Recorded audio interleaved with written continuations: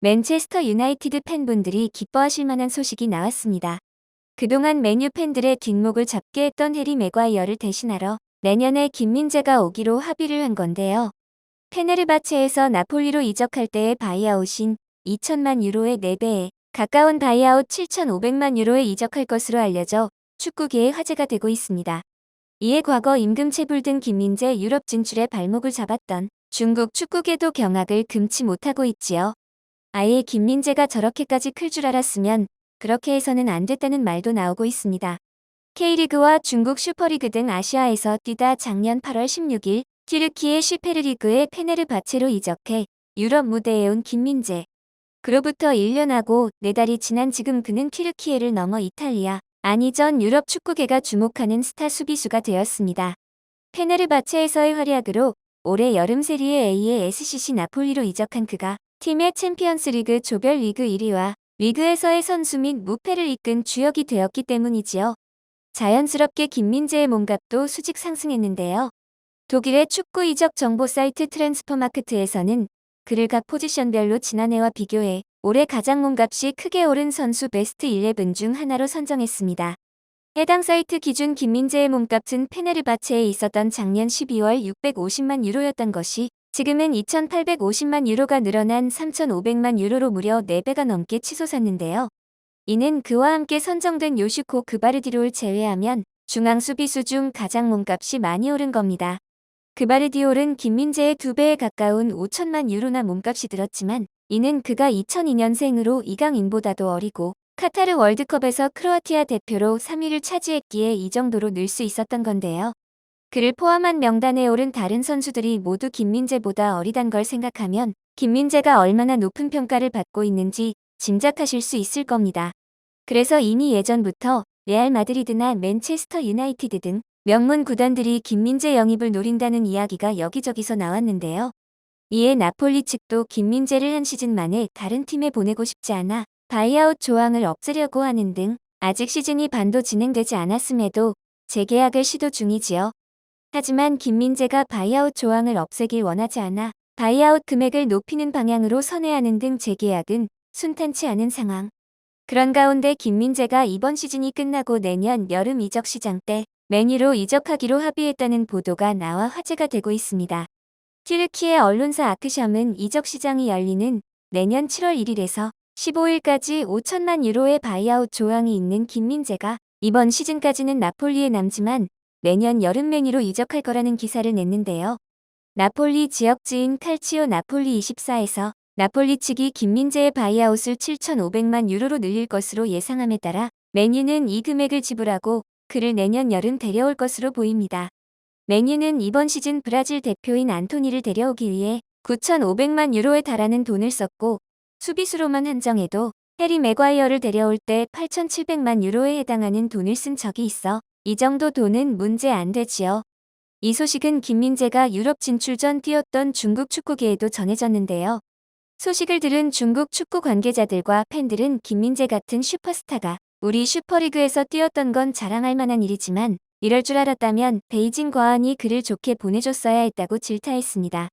이런 이야기가 나온 건 김민재가 베이징에서 페네르바체로 이적할 때까지 과정에서 여러 잡음이 있었기 때문인데요.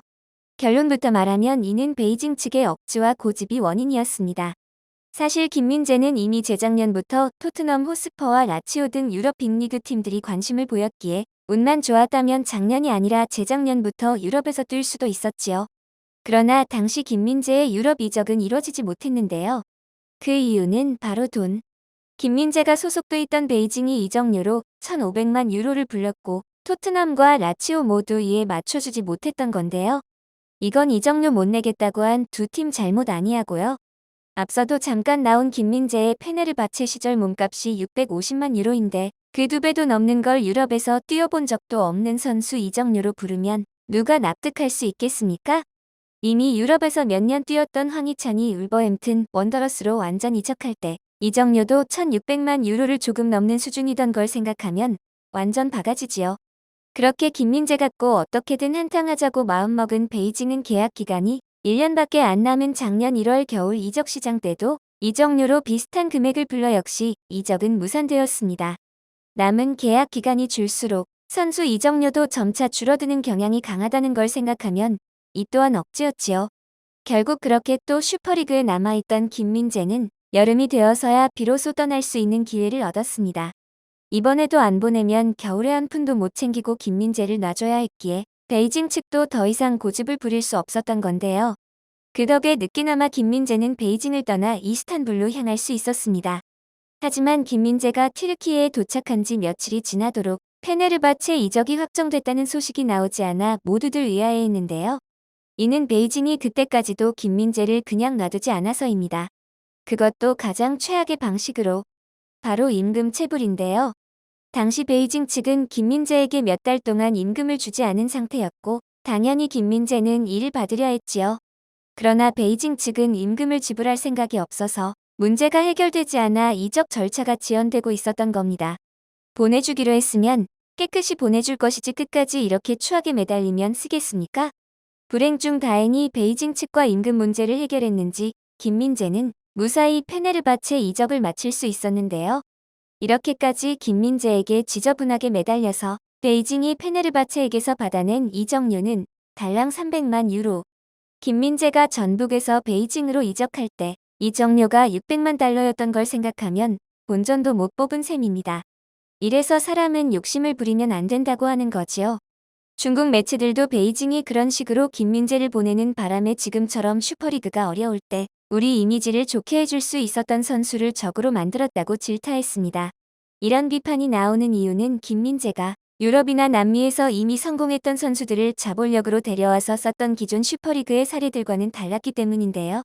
이미 K리그에서 키운 선수지만 어쨌든 자신들의 리그에서 뛰었던 선수를 유럽에 진출시키는데 성공시킨 몇 안 되는 사례라 의미가 있었습니다. 그런 선수를 슈퍼리그에 대한 안 좋은 기억만 남기고 떠나게 했으니 말이 나오는 것이지요. 그런 중국 상황이야 어찌 되었든 현재 메뉴 팬들은 김민재의 이적 합의 소식을 듣고 어떻게든 반드시 데려와야 한다고 목소리를 높이고 있는데요. 메뉴 팬으로 잘 알려진 영국의 축구 유튜버 마크 골드브리지도 스카이 스포츠에 출연해 메뉴에는 모던하고 기동력이 좋은 센터백이 필요하다며 김민재를 영입하면 좋겠다고 주장했습니다. 방송 진행자들도 김민재는 이번 시즌 최고의 활약을 하고 있다며 팀 내 최다 인터셉트, 최다 클리어링을 기록 중이라고 맞장구를 쳐줬는데요. 그와 동시에 골드브리지는 김민재를 영입하면 맥과이어는 더 이상 주전으로 뛸 수 없을 거라며 본인을 위해서라도 다른 팀으로 이적해야 할 것이라고 했습니다. 골드브리지의 말처럼 맥과이어는 사실상 지금까지 나온 김민재 맨유 이적설의 가장 큰 원인 중 하나일 정도로 이적료에 걸맞지 않은 부진한 모습을 보여왔는데요. 잉글랜드에는 다행히도 카타르 월드컵에서는 좋은 모습을 보여줘 8강 진출에 기여했지만 맨유에서는 이미 미운 털이 박힌 지 오레라 리그 재개 후에도 주전으로 뛰지 못하고 있습니다. 그러다 보니 그 대안으로 맨유가 찾은 게 김민재고 나폴리가 바이아웃을 올린다 해도 맥과이어보다는 싸게 데려올 수 있으니 이득인 거지요.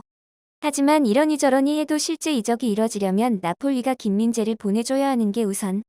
이것도 큰 문제는 아닌 게 나폴리는 이미 이런 경우에 대비해 김민재를 대체할 수 있는 선수를 알아보고 있었지요. 현재까지 프랑크푸르트에서 뛰는 에반 은디카와 SL 벤피카의 안토니오 실바를 김민재 대체자로 낙점한 것으로 알려졌는데요. 둘 다 김민재보다 어린 선수라 나폴리로서도 장기적인 관점에서 이들을 택할 가능성이 매우 높습니다. 은디카는 지난 시즌 프랑크푸르트의 유로파리그 우승을 이끈 촉망받는 수비수인데다 이번 시즌을 끝으로 계약이 끝나 사실상 공짜로 데려올 수 있다는 메리트가 있는데요.